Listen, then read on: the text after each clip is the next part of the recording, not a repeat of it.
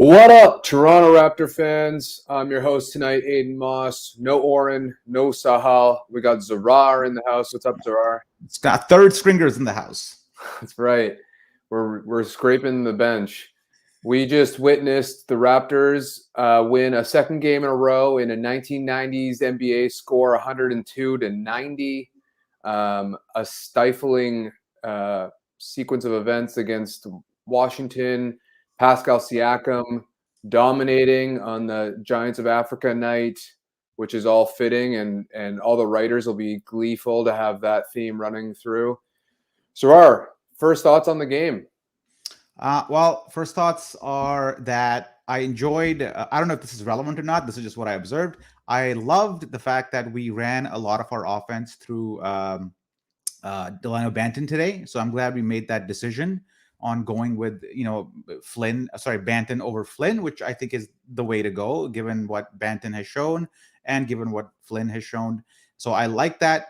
Liked how Achua got involved a lot in the game today. I think with Kem out, given that this is a development year, it just makes complete sense for the Raptors to involve their young guys more and give guys like Achua, who have very little experience, at all. They have very little experience, really, a year's worth of experience for Achua, to put him in situations where he has to think a lot, where he has to make a decision, where he has to make mistakes. And today you saw, we usually show the highlights here, but you also saw, in addition to the highlights, this little jumper he had, a couple of nice post passes he had. He also had instances where he totally missed passes, which were open to get his teammates open. So, but that's okay, right? This is essentially a development year. So, and I thought Achua did a good job of making some mistakes, doing some good things. So those are the two things that stuck out for me right off the bat.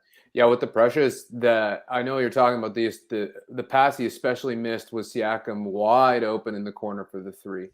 And normally you'd be mad about it, but right afterwards, Precious was like, my bad. And so it's like, that's like intellectual growth as far as basketball is concerned. Like, he probably saw him as he was shooting at the same time, right? And just kind of realized he made the mistake. And you want to see that with their players. Same thing with Delano. He had 0 turnovers, and that might be his first game with 0 turnovers, where he's played so many minutes, 6 assists. And Delano's the kind of guy that you're not going to send him out there and he's going to do his own thing, right? He's got to have the right guys around him. And that kind of segues to the guy that I was impressed by, who was Chris Boucher. And, we've been trashing Boucher a lot on the wrap up. I think rightfully so. Like, he doesn't seem locked in, but tonight he only shot 1 3 and he missed it. Everything else was mostly at the rim. I think he took 1 rush 2 that was contested, but he was cutting all day. He was attacking aggressively, and he was giving him, Barnes, Utah, they're all giving Banton these exit strategies, and so that bench unit really flourished with Banton and Boucher in Utah. I think, and I always I have said from the start that this year is all about development and kind of taking stock of what your assets are. And Boucher is obviously a guy that I know you guys talk a lot about. And I mean, I don't know if you've played that little meme that Chris made of him. Maybe we should at some point. He had a better game. And in the quick reaction, I wrote about what I observed about his game, and it's basic stuff, right? Number one, he has extremely long legs. So if you got long legs, put those legs to your advantage and use that as a first step, which he can do, because once you use him in a screen, he shouldn't meander his way out of the screen. Yeah, he does a lot of meandering. Explode out of the screen, because if he does that, he has a step and a half ahead of the defender, and then he can do some of the things that this play right here, right? I mean, the reason he got to the other side of the rim here is because his first step was so good here. So things like these are great for Boucher. Another thing I noticed is that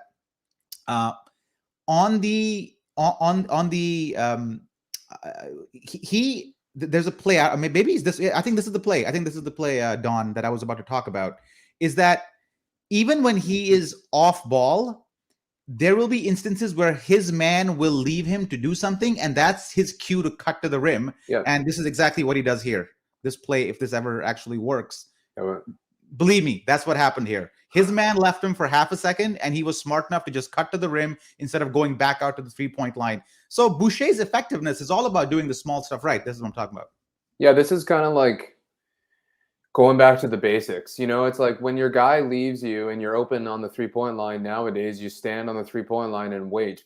And Boucher has done that way too much this year, just kind of squatting up there. And Utah is a great example. 2 games ago, I want to say, he was at the top of the 3-point line. He's wide open. He's like, yo, I'm wide open. No one sees him. And he ball cuts straight down the hoop. Doesn't get the pass, but creates that space. And I don't know, I'm sure they've been harping on Boucher with that, but finally he was doing that. And you're right. Like, he was doing it decisively. He was doing it aggressively.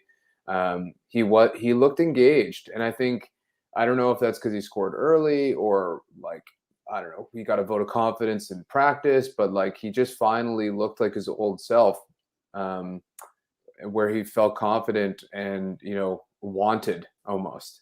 Yeah.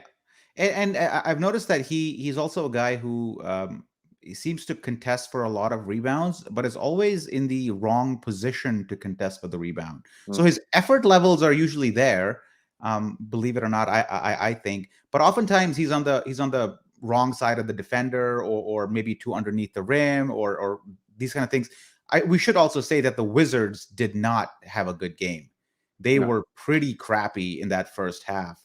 Just a lot of bad shots. It gave the Raptors a ton of opportunities. The Raptors got into transition because they took a lot of bad shots, a lot of long twos. Like even like Alvin and Matt were like, "Oh my God, that's a terrible, terrible shot." Yeah. So in the first half, the Wizards did not have a good game. And I guess the guy we got to talk about, man, is Pascal Siakam a little bit, because you saw today, I feel in the first half, where if you don't double him, which the Wizards did not, they refused to double him, even though he was scoring in the block, in transition, with the mid-range, cutting off the ball, and the Wizards just refused to double him. So great Pascal, first half there. At the same time, I'm going to go with, like, what is Nick Nurse's plan for Pascal? Like, what is how does he see him as an offensive weapon? Because if I had to go based on what I've seen so far on how Nick Nurse uses Pascal, it's very much, hey man, go do your own thing. There doesn't seem to be a lot of engagement. It's kind of like how you see with Barnes. Barnes is consciously put in certain positions where he can make plays. Where Pascal, it's a lot of dribbling, and it all seems to be sort of not Pascal's decision to do that. It's sort of like it's endorsed by Nick Nurse. Yeah, it's like, here you go, do your thing. I mean, that's been a criticism on the show as well, is that, and I know like Samson has talked about it too, is that like we give Pascal all the shit for not, getting the buckets that we need of him, but he's not exactly put in a position where the defense is exposed for him to exploit, right?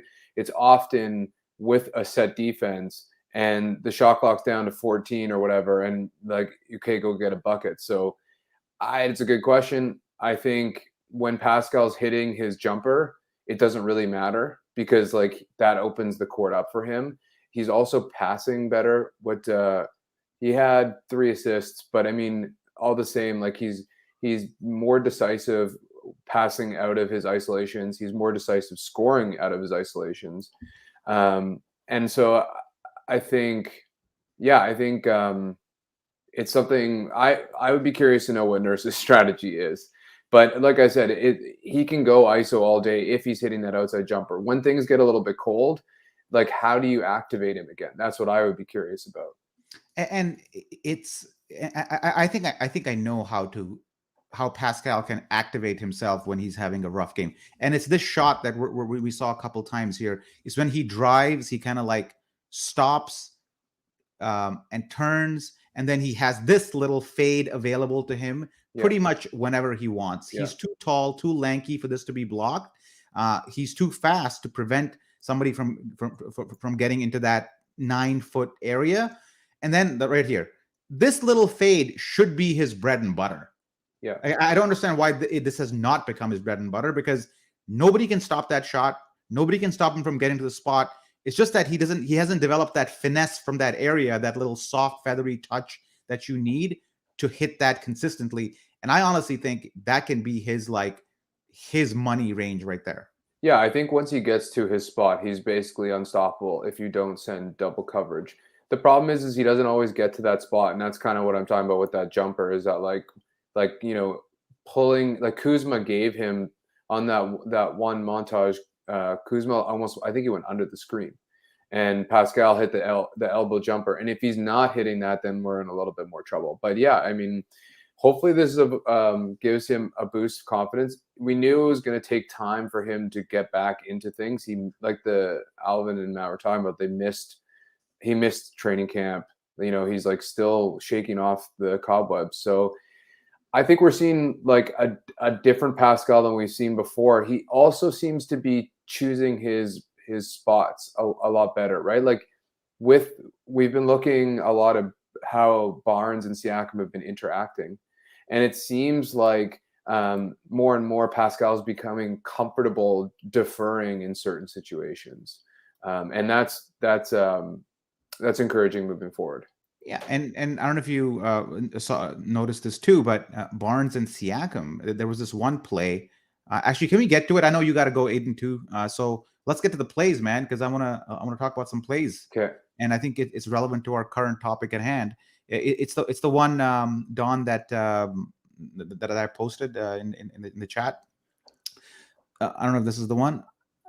No, this is not the one. Yeah, I think it's this one. Let me see.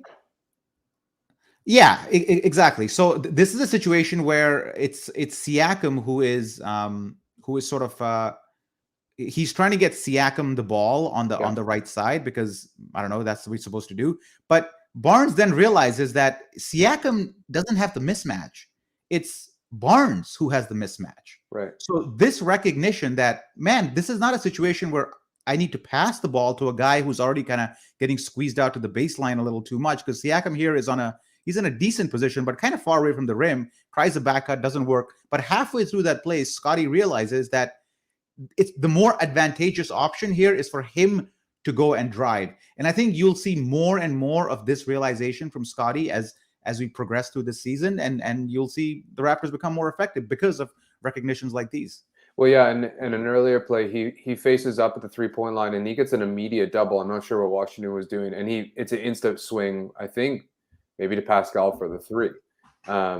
So, like Barnes' decision making is becoming like less. He's making the right decisions faster. And to my point about deferring, like Pascal realizes, the post isn't going to work. Avdia is a great defender, so he back cuts and gets out of the way. Like I think there's like this mutual respect, and like a comfort, like relying on one another. I'll also highlight that this is the exact lineup that I wrote about in one of my pregame write-ups, which is the Pascal, Barnes, and the three long dudes. And these guys played in the third quarter. These guys played really well together. In the second quarter, Siakam wasn't on there. It was just Barnes and the bench, and they thrived. Maybe because Washington was struggling, I don't know, but it was cool to see this like long, active, fast. This is the bench mob 2.0 that I wanted to see. Yeah, I was excited about the Utah Banton. I think this is the lineup that I was actually made a note of it too. Yeah, Scotty, Banton, Boucher, and what makes this lineup sort of not sustainable or maybe more inconsistent than you would like is really Boucher. Because if Boucher is not producing anything in this lineup does not become sustainable, because Boucher needs to rebound here. Like he needs to be a presence in this lineup. If he's not there, then this thing doesn't work. So yeah, man, I'm totally with you. Love this lineup. Love how Banton handles the ball. Because with Banton, like this is the thing that Flynn doesn't bring at Banton brings, is that Banton, first of all, presents himself very early after the rebound, and then exactly this. Then he runs hard, with or without the ball. He's both an outlet early in the shot clock, and he's an outlet late in the clock, because he's always running, so you can always find him. And in that play we just saw, it was Utah, I think, who got the initial pass, and because Banton was presenting himself in the opposite lane, he found him. So it's like, if you want to play transition basketball, you want to get easy points, You got to get guys on the floor who can make plays, who can run, and this exactly is a lineup that can do that as long as there is sufficient rebounding on the floor as well. Yeah, yeah, and Flynn almost like gravitates to the ball. Like Banton, like you're saying, he can come to it or he can get into a lane and fill it. If Banton's hitting that three, man, this lineup is especially deadly. And I noted this as well. Is just like I do love how this coaching staff emboldens the young guys, right? Yeah. Like sometimes to a fault, because we saw that early on in the season with Precious, like he was going beyond himself. But the fact that Banton didn't even look like he had a jumper at the beginning of the season, and now when he has, this is the play I was talking about. Scotty immediately hits him on the double, and they double because they know Banton can't shoot that shot, and he steps into it with zero hesitation. Like that's really awesome to see. And let's not forget, Banton was guarding Bradley Beal on the other end. Yeah, and that's doing the thing. Flynn can't do that. A fairly good job on him.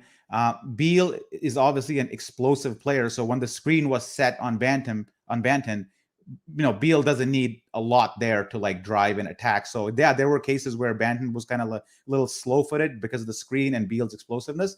But man, what an education for a rookie to come in and guard one of the league's best players. I don't know what else you would want as a rookie in a development year to get those kinds of opportunities in like meaningful games. Yeah, and like we're seeing the exact same style of development that we saw with Fred and Pascal and Boucher, which was send him to the 905, let him play 35 minutes and score 30, and then send him to the bench and let them like build off of that confidence. We're seeing the like identical thing with Banton, a little bit with Bonga, and maybe towards the end of the year, Champagne. I don't know, but yeah, I just love seeing the development like before your eyes, and the confidence growing. We should also mention that what is encouraging about this game is Van Vliet and Trent went for a combined 6 for 20. So, like in these games that we're typically hanging in there, it's because we're hanging our hat on Van Vliet or Gary's going for one of his like red hot nights, and neither really had the best night. Freddie had 4 turnovers, in fact. So I think that's another, like as bad as Washington played, we didn't necessarily play to our optimal either. We did not. I wrote about Gary in the quick reaction, and it certainly seems like he needs to have a decent start to the game for him to produce something in the late stages of the game. Like he usually tends to get to, if he's getting off to a hot start, that means he's usually reliable for the game. But if he's getting off a little cold, he seems to sort of disappear. And also Nurse also kind of goes away from him as well. And maybe Gary loses a little bit of confidence with some early missed jumpers. So yeah, it was good to see the Raptors with Fred having a so-so game and Gary having basically a non-existent game, still produce something. But having said that, both were quite good defensively. Oh, yeah. And another guy that I think I gave him a C- or C or something in the quick reaction was Svi.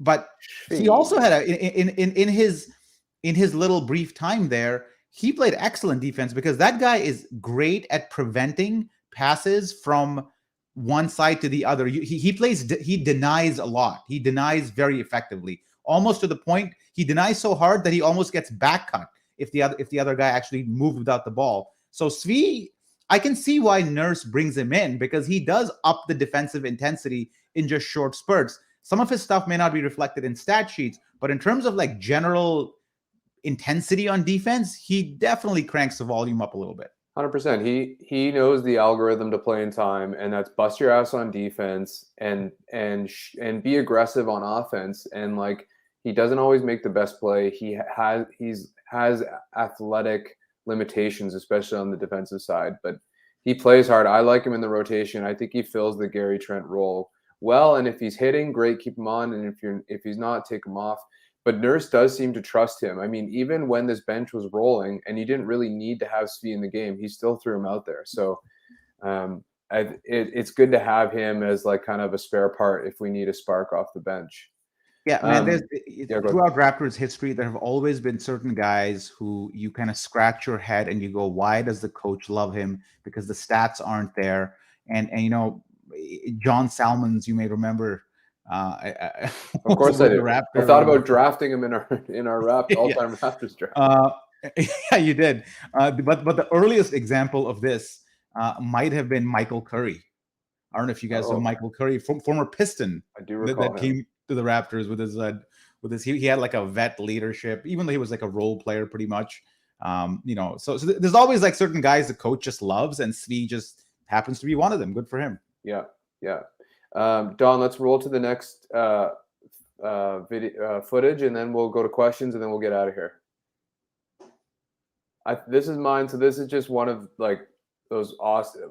Gary gets called for the foul here, which is bullshit. What a garbage call this is. Like, but this is just like, this is why Washington struggled so much, especially in the first half. Is like we crowded the paint, we closed out really well, and we were rotating, you know, where we were supposed to, right? Like PASCAL drops on the weak side, he immediately closes out on Kuzma, the rotation on the other side, and like and I wrote an article about the Warriors last week about their defense, and it's very similar. It's like when all five are on a string, and the goal is to not allow rim attacks, like it can be very effective. It also helps when the other team's not shooting all that well, but I think a lot of that has to do with just how well the Raptors were closing out and rotating today. Yeah, I think that and I also noticed that the Raptors. This is a good example, actually. Three examples on this play. Actually, before you get to that, can we get some likes on this video, man? Why are our like counts so low? Like, what are you guys doing something wrong that our like count is so low on these videos? Out there.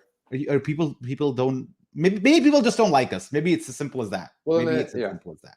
Yeah, let's leave it at that.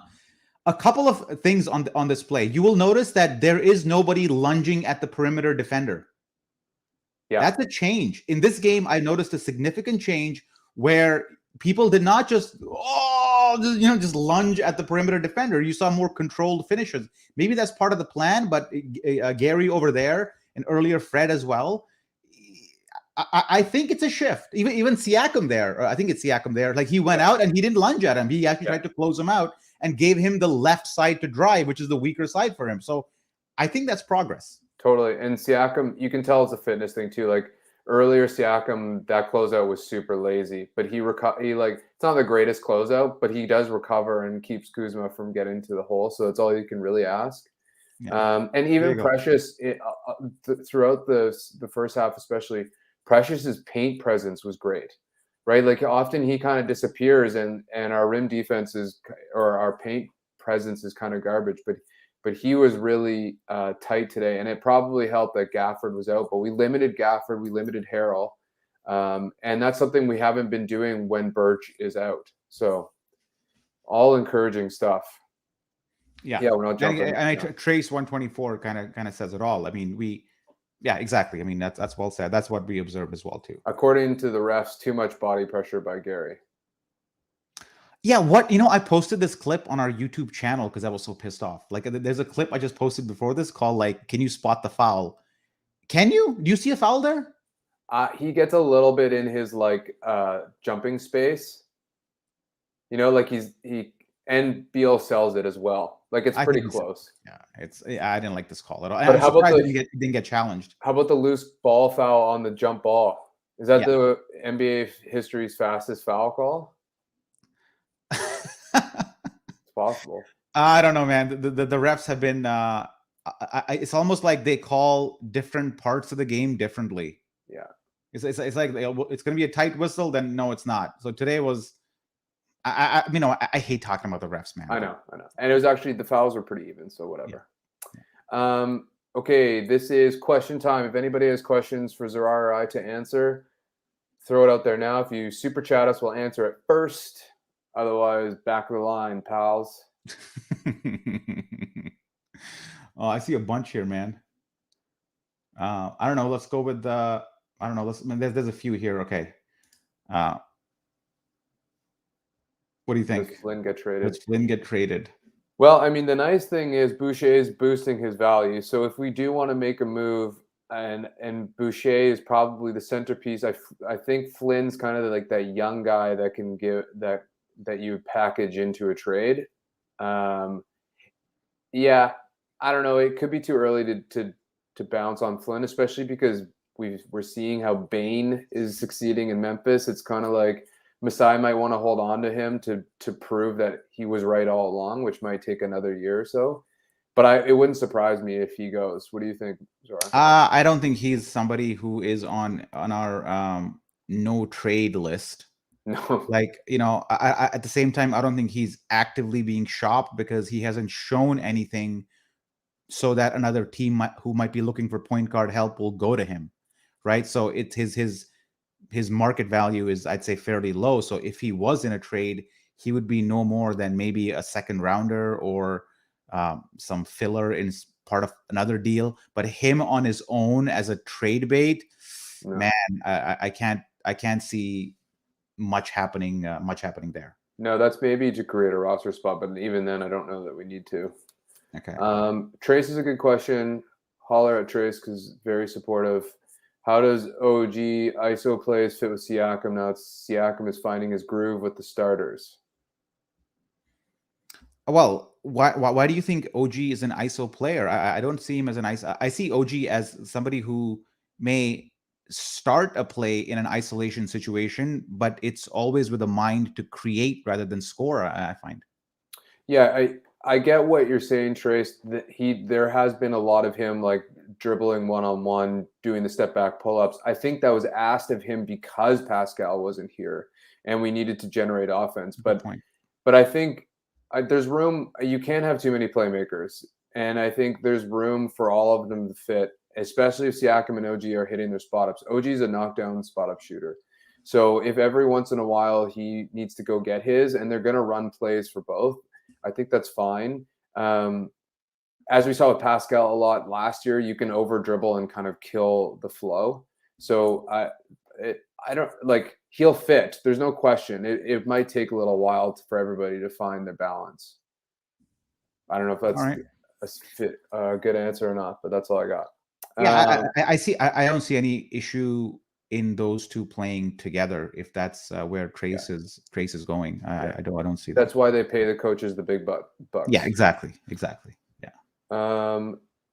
I mean, I don't know if you want to talk about. Well, let's do this one first. Can Barnes and Siakam? Absolutely. Oh, absolutely. hell yeah. Hell yeah. I mean, I'd love to know why you would think otherwise. I mean, can you imagine like a weak side pick and roll Barnes and Siakam? It's just like they either they switch off Barnes and Siakam's just going to punish them. Think back to the here. I'll give you a live example, a real world example, right? Think back to the Celtic series, the one we lost painfully in Game 7. It still hurts me right here.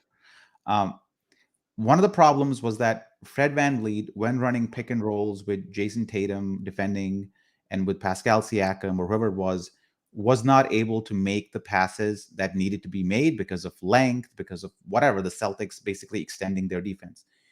If you put Barnes in those exact same situations, he's making a significantly higher percentage of those plays because he has the length, strength, and vision to do that. I don't see how Siakam and Barnes are at odds with each other at all. Yeah, there were a couple of games early on when Siakam came back where it looked like they were occupying the same spots and trying to play the same way. But I think that was just a brief transition. I don't think we have to worry about this at all. Yeah, I mean, I'm more curious about how we're going to close out games. Like if Barnes is actually going to be the point guard or if he's going to be kind of the quote unquote center. Like I think the problem does lie in this.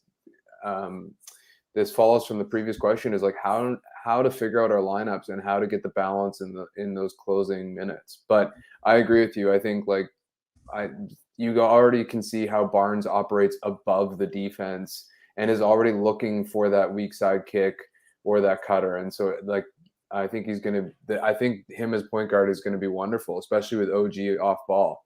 which is what Kareem's getting to. And I'll just answer that quickly. Like, yes, like, and we kind of saw it tonight, like he kind of deferred a little bit more. And I think we'll see more and more of that once OG's back up and running. Yeah. And Fred playing off ball can mean a few different things.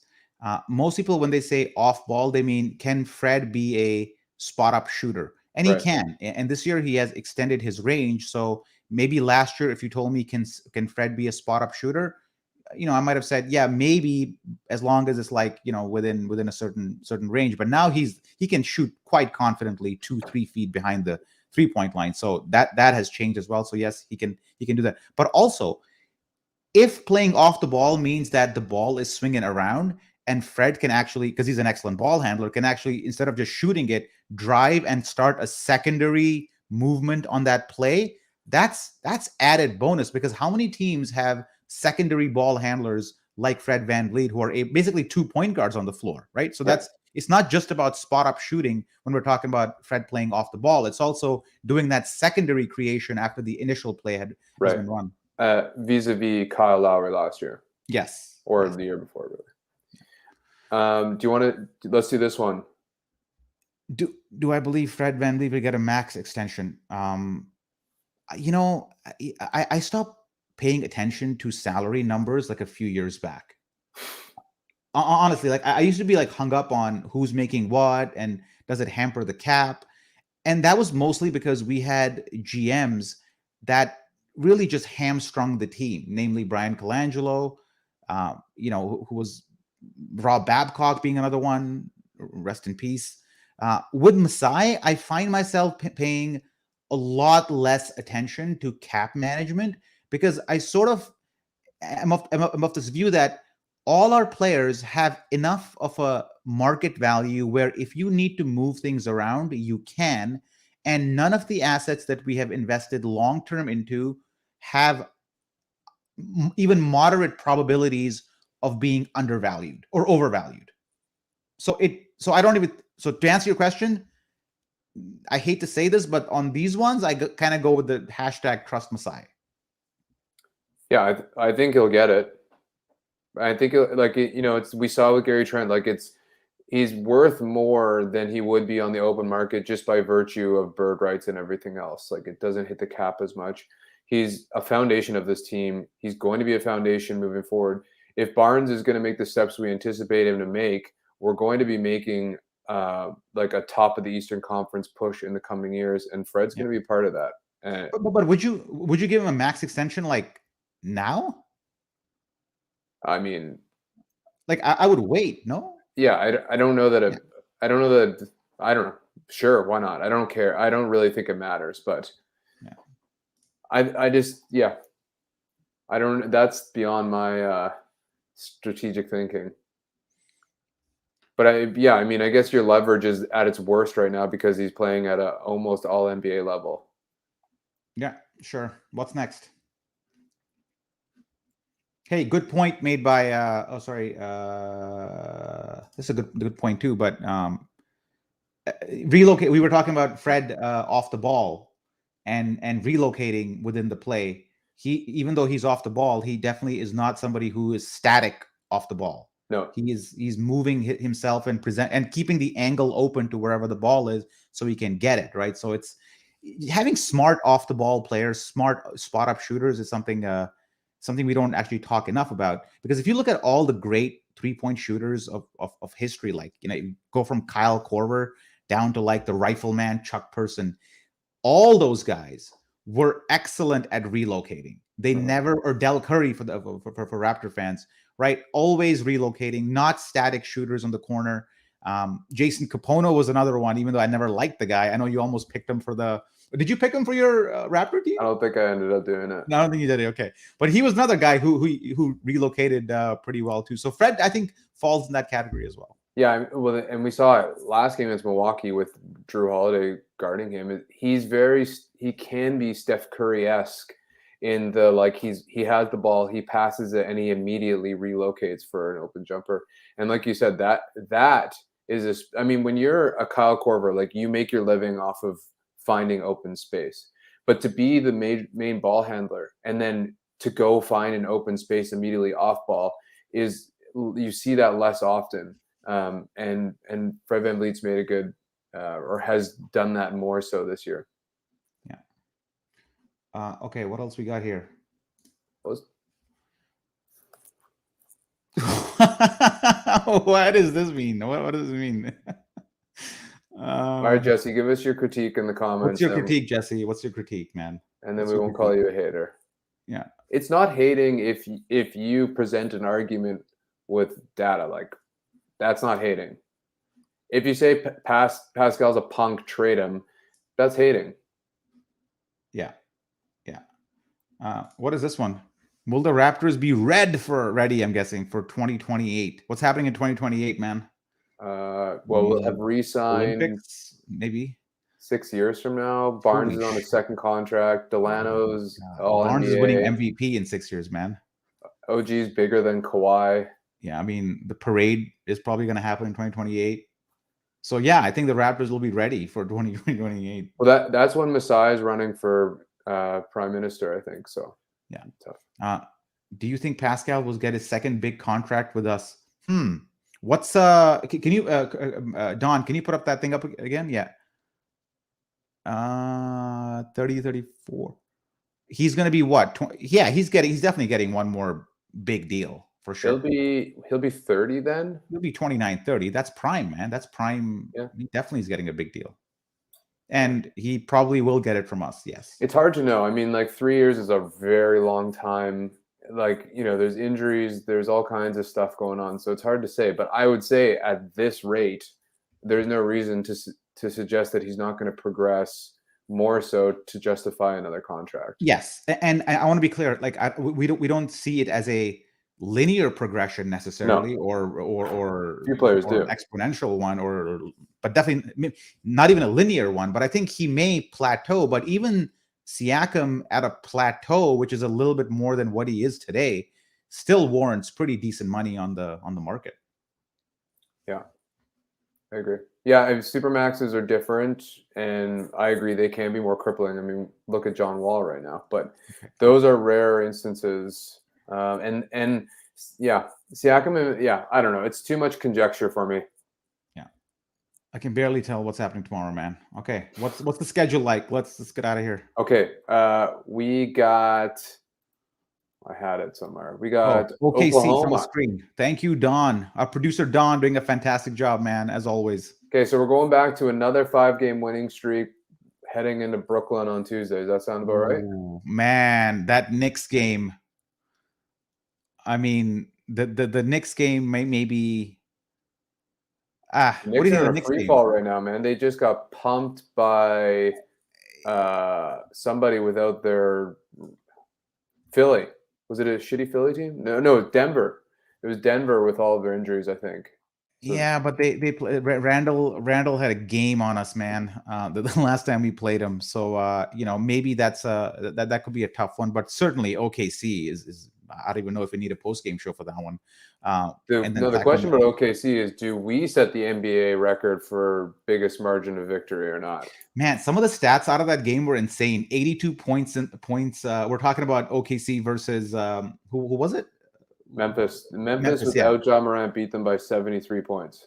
82 points in the paint in that game for Memphis. They were just laying it in all game long. The biggest piss off is I had the over on Bane and he didn't even hit it. It's like, how does that happen? What? You got to talk to Manny before you make your bets, man. Oh, he did not do well tonight. Did he not? I think he went over 3. Actually, maybe he hit the under, but he had Washington on the spread and the money line. So he had Washington on the money line? Suck it, Manny. Whew, Manny, tough call. Because is he over 500 for the season? I think he is, right? I hope so. I think he had a good stretch where he went over for a while for a bit, and now I think he may be back to 500. So if you guys, check out Manny. He posts every pregame. He posts the odds on our YouTube channel. Definitely check it out. It'd be interesting to bet money on every single one of his and see where you land at the end of the year. If somebody does that, even if it's $1 a bet, let us know. But if he hits 55%, I'd say that's great. Yeah. If he's like 60 is awesome. But if he goes 55 for season 1, I'd say that's a good start. I want to see his Excel sheet. I want to know what his algorithm is. Man, do you think he has an algorithm? No. Okay, all right. All right. Thanks everybody for joining us.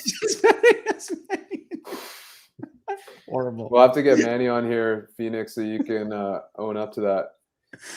Everybody, thanks for joining us. Please like us, follow us, subscribe to us. Don, thanks for producing. You're the man as always. Zarar, thanks for bailing out Oren and Sahal, who are probably just hungover, to be honest. I'm always skeptical of Sunday people missing Sundays. Hey man, it's a big week for RR. On Thursday is our annual Raptors Republic Christmas party. I know you can't be here because you're, but it is an event. Don, I think you're going to be there. It should be a blast. It always is. So yeah, looking forward to that. Have many drinks on my behalf. Yeah. All right. Cheers.